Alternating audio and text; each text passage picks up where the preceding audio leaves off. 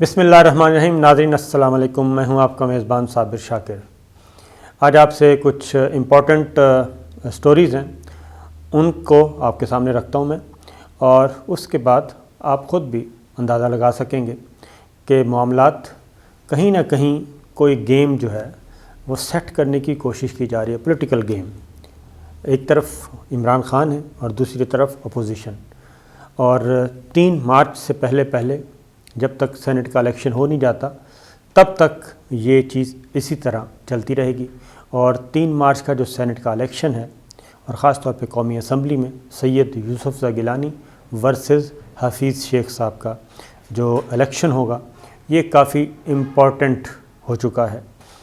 اور اس سے پہلے پیرالل اپوزیشن اور کچھ مجھے لگتا ہے کچھ اور پلیئرز بھی ہیں، ایکسٹرنل پلیئرز بھی ہیں، جو کہ اس بات کی کوشش میں لگے ہوئے ہیں کہ معاملات، حالات کچھ خراب کیے جائیں، اور اس حد تک خراب کیے جائیں کہ حکومت الجھاؤ کا شکار ہو جائے، اور اس میں ملٹری اسٹیبلشمنٹ کو بھی انوالو کیا جا رہا ہے، ملوث کیا جا رہا ہے۔ یہ 2-3 چیزیں میں آپ کو بتا دیتا ہوں کہ کوئی بھی کیوس پیدا کرنے کے لیے ایک تو لا اینڈ آرڈر کا مسئلہ کھڑا کرنا بہت ضروری ہوتا ہے، اور اب ایک ہوا اسلام آباد ہائی کورٹ میں حملہ ہوا، وکلا نے کیا، اور اس میں وکلا نے کھلم کھلا چیف جسٹس اسلام آباد ہائی کورٹ پہ حملہ کر دیا ان کے چیمبر میں جا کے، اور معاملہ شروع ہوا چیمبرز کے گرانے سے، غیر قانونی چیمبر گرائے گئے۔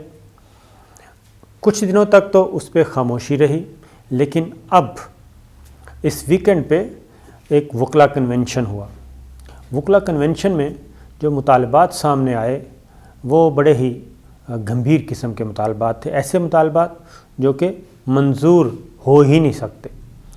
اس میں بجائے اس کے کہ چیف جسٹس اسلام آباد ہائی کورٹ پر حملہ، اسلام آباد ہائی کورٹ پہ حملہ، وہاں پہ جو توڑ پھوڑ کی گئی، جو گالم گلوچ کی گئی، اور اس ساری چیزوں سے ہٹ کے کہا جا رہا ہے کہ وکلا کے چیمبر تعمیر کیے جائیں جو کہ غیر قانونی زمین پہ بنے ہوئے ہیں، پارک پہ بنے ہوئے تھے، سرکاری زمین پہ بنے ہوئے تھے، بچوں کے پارک پہ بنے ہوئے تھے، وہ کیا جائے پھر، اور مقدمات فوری طور پہ ختم کیے جائیں۔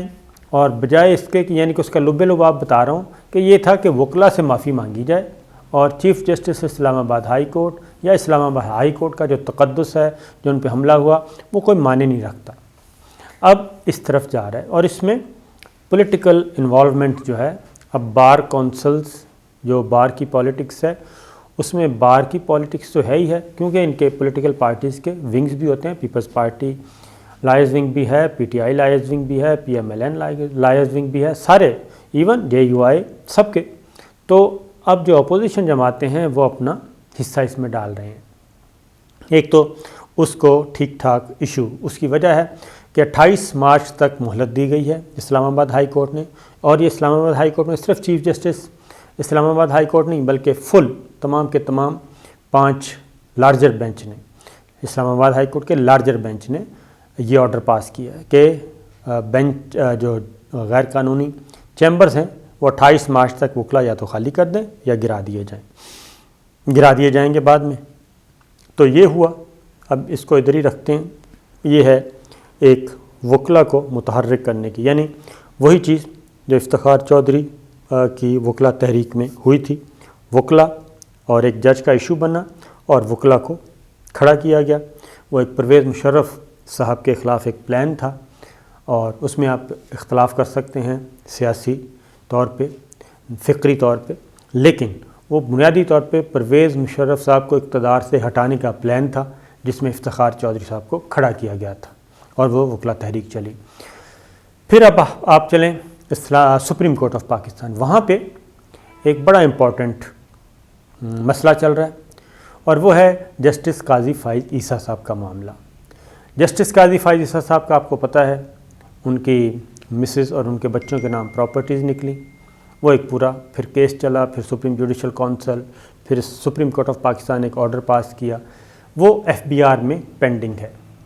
اب وہاں پہ ایف بی آر کہہ چکا ہے کہ وہ مسز قاضی فائز عیسیٰ سے کے جواب سے مطمئن نہیں ہے۔ قاضی فائز عیسیٰ صاحب نے پچھلے دنوں ایک نوٹس لیا وزیر اعظم عمران خان کے ترقیاتی فنڈز جاری کرنے کے معاملے پر. وہ نوٹس لیا، نوٹس لے کے چیف جسٹس آف پاکستان کو ریفر کر دیا. وہ انہوں نے لارجر بینچ بنا دیا، اس میں قاضی فائز عیسیٰ صاحب بھی شامل تھے. اس میں جسٹس قاضی فائز عیسیٰ صاحب نے دوران سماعت ایک واٹس ایپ کے ذریعے کہا کہ مجھے واٹس ایپ آئے ہیں، یہ ڈاکومنٹس ہیں جو کہ غیر مصدقہ ہیں، غیر تصدیق شدہ ہیں اور مستند بھی نہیں ہیں. تو وہ بھی تمام جج صاحبان کو پیش کر دیے. تو اس کے بعد 2 دن ہیئرنگ ہوئی. اس میں 4 ممبرز یعنی کہ chief justice of Pakistan justice Gulzar Ahmed نے ایک ججمنٹ آرڈر پاس کیا، اس معاملے کو نمٹا دیا اور 4 جج صاحبان 3 جج صاحبان کے ساتھ یعنی کہ 5 ممبرز بینچ تھا 4-1 سے، اور اس کو جسٹس قاضی فائز عیسیٰ صاحب کو بھی بھیجنے کی ضرورت محسوس نہیں کی اور آرڈر ریلیز کر دیا. اس میں چیف جسٹس آف پاکستان نے یہ بھی کہا کہ جسٹس قاضی فائز عیسیٰ صاحب پہ کچھ سوالات اٹھا دیے اور یہ بھی کہہ دیا کہ وہ چونکہ جانبدار ہیں، بائسڈ ہیں ٹورڈز پرائم منسٹر، اور اس لیے اب وہ پرائم منسٹر کے معاملے میں کوئی مقدمہ نہیں سنیں گے.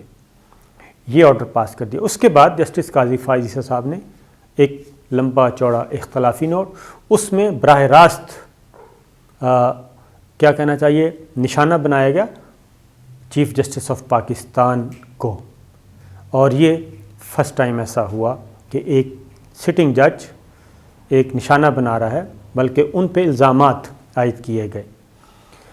ادھر یہ ایک معاملہ کھڑا کیا جا رہا ہے اور اس میں بھی آپ کو اس سے ہٹ کے کہ ان کا کوئی تعلق ہے نہیں ہے، لیکن اپوزیشن کا خاص طور پہ شریف فیملی ہو یا پیپلز پارٹی ہو یا JUI ہو، جب بھی ان کا PDM کا جلسہ ہوتا ہے تو اس جلسے میں جسٹس قاضی فائز عیسیٰ صاحب کے حق میں ضرور آواز بلند کی جاتی ہے. تو ادھر ایک یہ نیا تنازع کھڑا کرنے کی کوشش کی جا رہی ہے اور اس کے پیچھے مبینہ طور پہ یہ جو کچھ ہوا اسلام آباد ہائی کورٹ میں، اس کے بارے میں بھی مبینہ طور پہ یہ اطلاعات آ رہی ہیں کہ کچھ نہ کچھ گڑبڑ پیچھے ہے. تو یہ 2 چیزیں یہ ہو گئیں. اس کے بعد پھر ایک اور یعنی کہ مستقبل میں لا اینڈ آرڈر کا مسئلہ بینچ اور بار، اور ابھی ایک اور کنونشن پاکستان بار کونسل نے بھی اس کو ٹیک اپ کیا ہے اور الیکشن بھی آ رہے ہیں بار کونسلز کے. ہائی کورٹ بار کا بھی الیکشن آ رہا ہے اور آگے پھر سپریم کورٹ بار کا بھی الیکشن آئے گا. تو یہ ساری چیزیں ہو رہی ہیں اور اس میں بار کی پالیٹکس بھی آ گئی ہے. اب آگے بڑھتے ہیں، لیکن ایک بات بتا دوں کہ اس وقت سپریم کورٹ آف پاکستان، اسلام آباد ہائی کورٹ، یہ اس بارے میں 1% بھی کوئی شبہ نہیں کہ وہ اب جو کچھ کیا وکلا کی طرف سے، چند وکلا کی طرف سے جو کچھ کیا گیا اس پہ کمپرومائز کرنے کے لیے تیار نہیں. جو FIR جن کے خلاف درج ہوئی وہ جیلوں میں ہیں، ضمانتیں ان کی خارج ہو چکی ہیں، ضمانتیں ان کی نہیں ہو رہی. خارج سے مراد ہے ان کی ضمانتیں نہیں ہو رہی، ضمانت پر رہا نہیں کیا جا رہا. توہین عدالت کے معاملات بھی ہیں اور دہشت گردی کے مقدمات بھی ان پہ درج ہیں. تو یہ سارا کچھ چل رہا ہے. تو ایک یہ تصویر ہے. پھر آئیں تیسرا الیکشن کمیشن. الیکشن جو ہوئے ضمنی، اس میں اپوزیشن نے الیکشن ہوا وزیر آباد میں، ڈسکا میں، اورکزئی میں یعنی کہ صوبہ خیبر پختونخوا میں، اس طرح سندھ میں. تو جہاں جہاں اپوزیشن جیتی وہ رزلٹ انہوں نے قبول کر لیے، جہاں نہیں جیتی وہ رزلٹ مسترد کر دیے. بلکہ اس کے بعد ایک ڈسکا میں تو اچھا خاصا خون بہہ گیا اور وہ ابھی معاملہ گرمایا جا رہا ہے. تو یہ سارا سچویشن آپ کے سامنے میں نے اس لیے رکھی کہ مختلف جگہوں پہ مختلف ایونٹس ایسے ہو رہے ہیں کہ آگے جا کے کچھ گڑبڑ کا اندیشہ موجود ہے. اور 26 مارچ کو یہ ذہن میں رکھیے گا کہ 26 مارچ کو لانگ مارچ ہے. تو 26 مارچ کے لانگ مارچ کے لیے ابھی سے تیاریاں کی جا رہی ہیں اور مختلف سیگمنٹس کو اکٹھا کیا جا رہا ہے اور ان سیگمنٹس کو اکٹھا کر کے